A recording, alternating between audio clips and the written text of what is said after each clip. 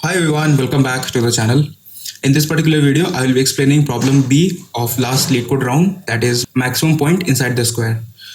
Okay, दोस्तों, तो problem statement पहले समझते हैं, then we will move to how we can solve this. Okay, तो प्रॉब्लम स्टेटमेंट क्या कहता है? तो इसको सिंपल लैंग्वेज में ऐसे समझने की कोशिश करें तो प्रॉब्लम स्टेटमेंट कुछ ऐसी है कि कोऑर्डिनेट्स दिए हुए पॉइंट्स के, ठीक है, जैसे कि मल्टीपल कोऑर्डिनेट्स दिए हुए हैं, ठीक है, जैसे यहाँ पे ये हो गया 2 2 हो गया, -1 -2 हो गया, ये कोऑर्डिनेट हो गया. तो इस तरीके से मल्टीपल कोऑर्डिनेट्स दिए हुए हैं हमारे पास एक प्लेन में, ठीक है, प्लेन में, और हर कोऑर्डिनेट के साथ एक टैग एसोसिएटेड है, लाइक 3 - 3 के साथ वो ए एसोसिएटेड है, ठीक है, ए. यहाँ पे 2, 2 के साथ ए एसोसिएटेड है, -1 -2 के साथ बी एसोसिएटेड है. ओके, तो अब पूछता क्या है प्रॉब्लम कि एक स्क्वायर बनाना है जिसका सेंटर 0 0 पे हो, ठीक है, सेंटर 0 0 पे हो आपका, और जो भी स्क्वायर बनेगा ना, लाइक यहाँ पे ये वाला स्क्वायर बना है, ये वाला स्क्वायर यहाँ पे ले रखा है इन्होंने, तो इस स्क्वायर के अंदर जितने भी कोऑर्डिनेट्स दिए हुए हैं वो कवर हो रहे हैं. लाइक यहाँ पे 2 कोऑर्डिनेट्स जो दिए हुए हैं वो इस स्क्वायर के अंदर आ रहे हैं. तो जितने भी कोऑर्डिनेट्स इस स्क्वायर के अंदर आ रहे होंगे उनके जो टैग्स होंगे वो लिखना है हमें, ठीक है, ए हो गया, बी हो गया. अब जितने यहाँ पे टैग्स लिखे हुए हैं ना, ये सारे डिस्टिंक्ट होने चाहिए, मतलब कोई रिपीटेड नहीं होने चाहिए. लाइक अगर मैं ये वाला एक स्क्वायर ले लूँ, ये वाला इस तरीके से कुछ, तो क्या होगा, इसमें जो कोऑर्डिनेट्स आ रहे हैं उनके टैग्स क्या क्या होंगे? एक तो यहाँ पे ए होगा, बी होगा, ठीक है, ए बी ये दोनों, और यहाँ पे सी होगा और अगेन ए होगा, तो सी और ए. तो इसमें आप देख सकते हो कि ए और ए जो है ना रिपीट हो रहा है, बट ऐसा नहीं करना है हमें. तो हम ये वाला स्क्वायर नहीं चुन सकते, ये वाला स्क्वायर हम नहीं ले सकते हैं. ओके, तो हमें ये बताना है कि हम ऐसा कौन सा स्क्वायर लें जिसमें मैक्सिमम नंबर ऑफ कोऑर्डिनेट्स आ रहे हों और रिपीटेशन ना हो रहा हो टैग का. ठीक है, समझ आ रहा है ये चीज़? आई होप कि आपको ये क्लियर हो रहा होगा. जैसे यहाँ पे ये टैग्स दे रखे हैं ना, ये पॉइंट्स दे रखे हैं कोऑर्डिनेट्स, और ये उनके टैग्स हैं. तो ऐसा एक स्क्वायर लेना है जिसमें मैक्सिमम पॉइंट्स कवर हो, ओके, मैक्सिमम पॉइंट्स कवर हो और टैग्स रिपीट ना हो उसमें. ठीक है, ओके, ये है प्रॉब्लम स्टेटमेंट. लाइक यहाँ पे ये वाला जो है 2 कोऑर्डिनेट्स यहाँ पे कवर हो रहे हैं, तो आंसर 2 है. अगर आप इसके ज़्यादा एक और लोगे ना, तो इस केस में क्या है ना कि आप देख सकते हो ये वाला पॉइंट जो है, ये एंड पॉइंट जो है, ये वाला पॉइंट भी कवर हो गया इसमें. ठीक है, तो अगर आप इसको लेने की कोशिश करोगे तो ये वाला पॉइंट भी उसमें आ जाएगा, क्योंकि हमें स्क्वायर बनाना है. ये वाला पॉइंट जो है ये भी कवर हो जा रहा है इसमें. ठीक है, तो हम इस वाले पॉइंट तक के स्क्वायर्स को नहीं ले सकते हैं. हमें लास्ट स्क्वायर जो ले पाएंगे वो इस पॉइंट तक होगा. ओके, तो इसलिए आंसर 2 है इसका. आई होप कि आपको प्रॉब्लम स्टेटमेंट अच्छे से समझ आया होगा. Now let's talk about how we can solve this. तो दोस्तों, सबसे पहले हम ब्रूट फोर्स की बात करते हैं. What will be the brute force solution for this? देखो, आपका जो स्क्वायर है उसका सेंटर ये वाला पॉइंट है, ये वाला सेंटर पॉइंट है. ठीक है, तो सबसे पहले ना हम एक एक बाहर जाके, आई मीन दो ब्लॉक्स वाले ना स्क्वायर को कवर करते हैं, क्योंकि एक सिंगल ब्लॉक तो हम ले नहीं सकते. सेंटर यहाँ पे है, तो मिनिमम जो स्क्वायर बनेगा वो कौन सा बनेगा? ये वाला बनेगा, 2 ब्लॉक वाला, ये वाला. ओके, अब इसमें कितने पॉइंट आपके कवर हो रहे हैं? जिसमें कि जितने पॉइंट्स कवर हो रहे हैं और उनके टैग भी सेम नहीं है, ऐसा एक भी पॉइंट नहीं है इसमें. ठीक है, कोई भी ऐसा पॉइंट नहीं जिसके 2 टैग सेम हो. ठीक है, तो आंसर अभी होगा 0 होगा, क्योंकि अभी तक एक भी पॉइंट कवर नहीं किया हमने. अब हम क्या बोलेंगे, ठीक है, अब एक और बढ़ा के बाहर देखते हैं. एक और बढ़ाएंगे तो हर तरफ से एक एक लेंथ बढ़ जाएगा, मतलब ये वाला स्क्वायर हो जाएगा आपका. ओके, अब हम चेक करेंगे इसमें कौन कौन से पॉइंट्स लाई कर रहे हैं. क्या ये वाला लाई कर रहा है, ये वाला लाई कर रहा है, मतलब हर पॉइंट पे इटरेट करेंगे. इसको भी चेक करेंगे कि क्या इसके अंदर है, फिर इसको भी चेक करेंगे, इसको भी चेक करेंगे, इसको भी, सारे को चेक करेंगे ऑर्डर ऑफ n में. ठीक है, ऑर्डर ऑफ n में सबको चेक करेंगे, सारे पॉइंट्स को, कि कौन कौन से पॉइंट्स ऐसे हैं जो इसमें लाई कर रहे हैं. ओके, और फिर ऑर्डर ऑफ n में हम चेक कर लेंगे कि कौन कौन सी की फ्रीक्वेंसी जो है रिपीट नहीं हो रही है टैग की. तो ऑर्डर ऑफ 2n लग जाएगा एक तरीके से. 2 लेंथ के स्क्वायर में हम पाएंगे कि ये वाला पॉइंट जो है और ये वाला पॉइंट, ये दोनों लाई कर रहे हैं. अब हम देखेंगे कि क्या टैग सेम है. तो इसका टैग b है, इसका टैग a है. No, tags are not same. तो वी कैन से दैट हाँ, ये वाला वैलिड स्क्वायर है और इसमें 2 पॉइंट्स कवर हो रहे हैं. ठीक है, तो हम बोलेंगे कि ठीक है, अब हमारे पास 2 पॉइंट मिल चुका है, तो आंसर विल बी 2. फिर हम एक एक और बढ़ाएंगे. अब देखो यहाँ पे एक एक हमने और बढ़ाया, ठीक है, ये वाला बढ़ाया, तो फिर एक एक और बढ़ाने के बाद हमें ये वाला स्क्वायर मिलेगा. अब इसमें हम चेक करेंगे कि कौन कौन से पॉइंट्स लाई कर रहे हैं. तो हमें मिलेगा कि ये वाला पॉइंट लाई कर रहा है सी, ये वाला लाई कर रहा है बी, ये वाला ए, और एक ये वाला भी लाई कर रहा है ए वाला. तो इनके टैग्स फिर हम मैच करेंगे. क्या कोई ऐसा पॉइंट है जिसका टैग रिपीट हो रहा हो? तो टैग्स हैं सी, ए, बी और ए. तो हमें मिलेगा कि हाँ, ए और ए रिपीट हो रहा है. तो ये वैलिड स्क्वायर नहीं है, ये 3 वाला ना वैलिड स्क्वायर नहीं है. तो अभी तक बेस्ट आंसर में 2 मिला है. ठीक है, उसी तरीके से हम कहाँ तक इसको बढ़ाएंगे, एक बार और फिर बढ़ा के देखेंगे हम ये वाला पॉइंट. ओके, ये वाला पॉइंट ऐसे बढ़ाते बढ़ाते हम कहाँ तक देखेंगे, जहाँ पे हमारा सबसे आउटर मोस्ट जो पॉइंट लाई कर रहा होगा, सबसे दूर वाला पॉइंट जो होगा, वहाँ तक हम चेक कर लेंगे हर पॉइंट के लिए. क्या ब्रूट फोर्स सॉल्यूशन आपको समझ में आया होगा? बिल्कुल, आई होप की. ठीक है, अब बात करते हैं कि इसको ऑप्टिमाइज कैसे कर सकते हैं. उसके पहले इसका जो टाइम कॉम्प्लेक्सिटी होगा वो कितना होगा.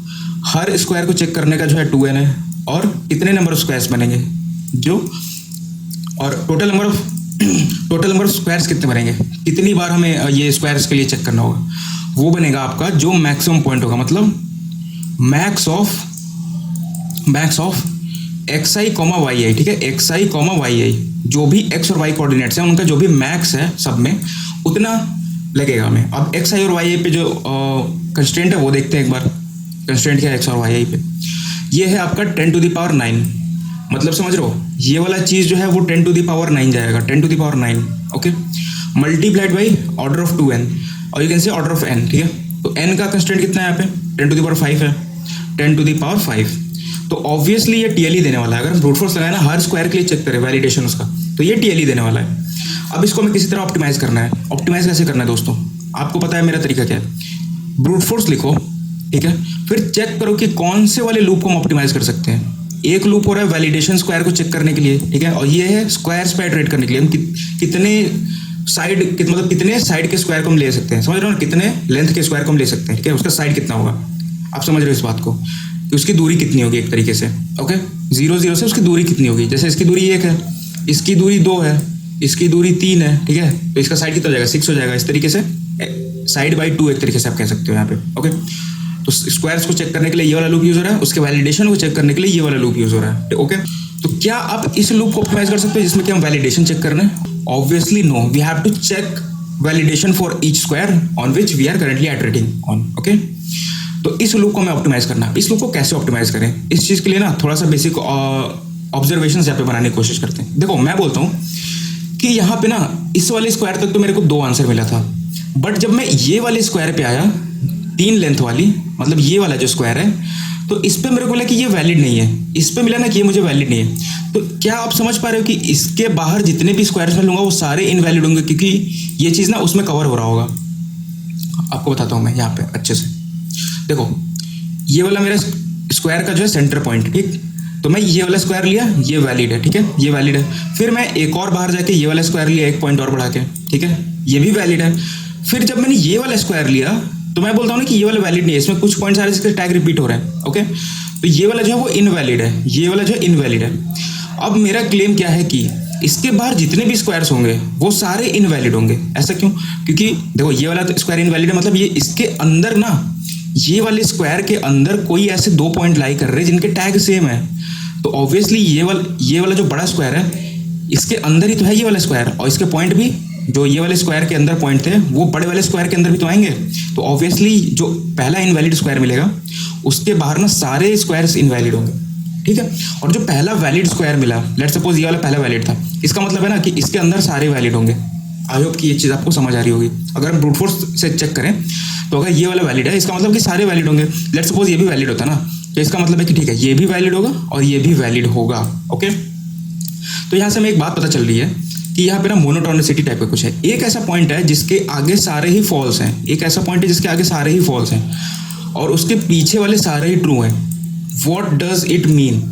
ये हमें इसकी तरफ इशारा करते हैं कि मेरे दोस्त प्लीज़ बाइनरी सर्च लगाओ, प्लीज़ मेरे पे बाइनरी सर्च लगा दो, don't wait for anything to happen, मेरे पे प्लीज़ बाइनरी सर्च लगा दो, ठीक है। तो हम बाइनरी सर्च का यूज़ करेंगे यहाँ पे। बाइनरी सर्च किस पे लगाएंगे? हम पॉइंट्स पे लगाएंगे कि मेरे स्क्वायर का ना लेंथ कितना हो सकता है। सबसे पहले ना हम सिर्फ पॉजिटिव वाले को कवर करेंगे, ये वाले चीज़ को कवर करेंगे सिर्फ, ओके। और इधर के जो भी पॉइंट्स होंगे उनको हम पहले पॉजिटिव में कन्वर्ट कर देंगे। जैसे कि -1 -3 है तो हम इसको बोल देंगे ठीक है भाई तो 1 और 3 ही है, क्योंकि सिमेट्रिकल है पॉइंट। 1 और 3 लो या फिर -1 3 लो, उससे फ़र्क नहीं पड़ता, उसका टैग सेम रहने वाला है। इसका टैग है ना तो इसका भी टैग यही रहेगा, ओके। तो हम बोलेंगे कि ठीक है हम कितनी दूर जा सकते हैं उस पर इटरेट कर लेते हैं बाइनरी सर्च लगा के। अगर मेरे को पता चलता है कि लेट्स सपोज मैं बोलता हूँ कि 3 लेंथ के लिए मैं इटरेट करता हूँ। 3 लेंथ बोले तो एक ये वाला हो गया, एक ये हो गया, एक ये 3।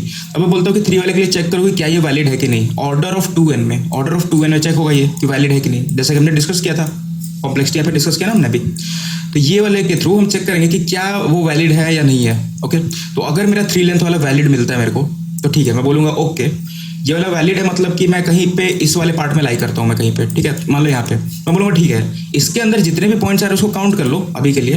लेट्स सपोज 2 कोऑर्डिनेट्स आ रहे हैं तो मैं बोलूँगा ठीक है 2 आंसर हो सकता है। एंड प्लीज़ मेरे को ऐसा करो कि लेफ्ट को mid+1 शिफ्ट कर दो, क्योंकि मैं और बेस्ट आंसर ढूंढने आगे जाऊँगा अभी।